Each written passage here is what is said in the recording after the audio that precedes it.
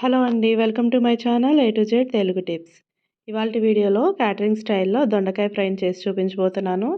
చాలా తేలిగ్గా చేసుకోవచ్చండి ఈ రెసిపీని. ఎవరైనా ఈజీగా చేసుకోగలరు. ఈ ఫ్రై వేడివేడి అన్నంలో గానీ, పప్పు కూరల్లో, రసం, సాంబార్ లాంటి వాటిల్లోకి సైడ్ డిష్‌గా చాలా బావుంటుంది. అలాగే ఎవరైతే నా ఛానల్‌ని కొత్తగా చూస్తున్నారో ప్లీజ్ నా ఛానల్‌ని సబ్స్క్రైబ్ చేసుకోవడం మర్చిపోకండి.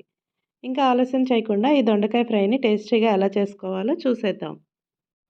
ముందుగా స్టవ్‌ని ఆన్ చేసి పాన్ పెట్టుకొని 2 టేబుల్ స్పూన్ల ఆయిల్ వేసుకోవాలి. మనం చేస్తున్నది ఫ్రై కాబట్టి ఆయిల్ కొంచెం ఎక్కువగానే పడుతుందండి.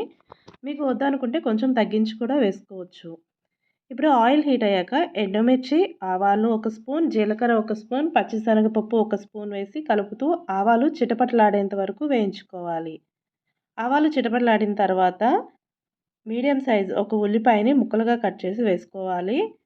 ఉల్లిపాయని ఒకసారి కలుపుకొని 1 నిమిషం వేగిన తర్వాత కరివేపాకు ఆకుల్ని 2 రెమ్మలు వేసుకొని బాగా కలుపుకోవాలి.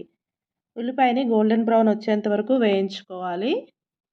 ఉల్లిపాయ వేగిన తర్వాత లేతగా ఉన్న దొండకాయలను తీసుకొని ఇలా పొడవుగా కట్ చేసుకొని వేసుకోవాలి. ఇలాగనే కాదు మీకు నచ్చిన విధంగా కట్ చేసుకోవచ్చు. ఇప్పుడు వీటిని బాగా కలిసే విధంగా కలపండి. అలాగే పావు స్పూన్ పసుపును కూడా వేసుకొని బాగా కలిపిన తర్వాత స్టవ్‌ని సిమ్‌లో పెట్టుకొని మూత పెట్టుకొని కొద్దిసేపు ముక్కల్ని మగ్గనివ్వండి. మధ్య మధ్యలో మూత తీసి కలుపుతూ ఉండాలి. ఒక 5 నిమిషాల తర్వాత రుచికి సరిపడా ఉప్పును కూడా వేసి ఒకసారి బాగా కలపాలి. కలిపిన తర్వాత మరలా మూత పెట్టి మగ్గించండి. 15 లేదా 20 నిమిషాల తర్వాత మూత తీసి చూస్తే మగ్గిపోయింది చూసారు కదా! ఇలా నాకు ఒక 15 లేదా 20 నిమిషాలు పట్టింది ఇలా మగ్గడానికి. ఇలా మగ్గిన తర్వాత 1 స్పూను లేదా 2 స్పూన్ల కారం వేసుకోవాలి. అలాగే 1 స్పూన్ జీలకర్ర పొడి, 1 స్పూన్ గరం మసాలా కూడా వేసుకొని వీటన్నింటిని ఒకసారి ముక్కలకి కలిసేలాగా బాగా కలుపుకోవాలి.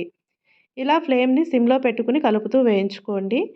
ఇలా 1 నిమిషం పాటు కలుపుతూ వేయించుకోవాలి. ఆ తర్వాత 1 లేదా 2 టేబుల్ స్పూన్ల ఎండు కొబ్బరిని కూడా వేసుకొని బాగా కలుపుకోండి. కొబ్బరిని ఎక్కువసేపు వేయించనవసరం లేదు.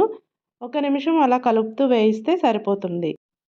ఫైనల్‌గా జీడిపప్పు, వేరుశనగ పప్పుని ఇలా వేయించుకొని పైన వేసుకుంటే చాలా టేస్టీగా ఉంటుంది. ఒకసారి అయితే ట్రై చేయండి. చూసారు కదా! ఈ దొండకాయ ఫ్రైని ఎంత సింపుల్‌గా చేసుకోవచ్చో.